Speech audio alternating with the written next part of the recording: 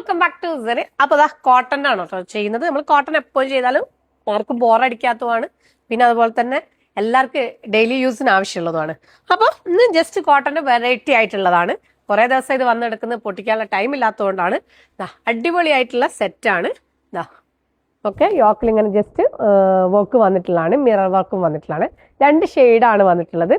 Okay, അപ്പോൾ ഇതിനെ full detail ആയിട്ട് പറയുകയാണെങ്കിൽ നല്ലൊരു മിറർ വർക്ക് വന്നിട്ട് ഈ ഒരു സ്ലീവിൽ ഇതേപോലത്തെ സ്കാൽപ്പിംഗ് ആണ് കേട്ടോ കൊടുത്തിട്ടുള്ളത്.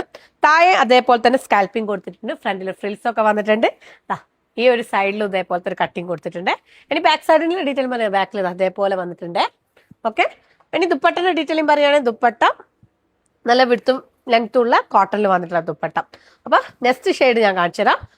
സോറി, ബോട്ടത്തിന്റെ ഡീറ്റെയിലിംഗ് പറയുകയാണെങ്കിൽ ബോട്ടം ഫ്രണ്ട് ബാൻഡ് ബാക്ക് ഇലാസ്റ്റിക്കിലാണ് ബോട്ടം വന്നിട്ടുള്ളത്.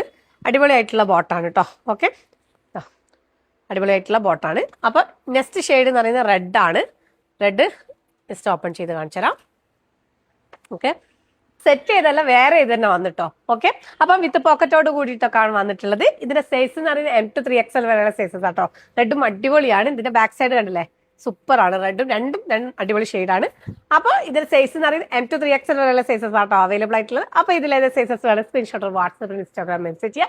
അല്ലെ നമ്മുടെ വെബ്സൈറ്റ് ത്രൂ പർച്ചേസ് ചെയ്യുക. മാക്സിമം വെബ്സൈറ്റ് കൊടുത്ത് തന്നെ പർച്ചേസ് ചെയ്യാൻ ശ്രമിക്കുക. Thank you.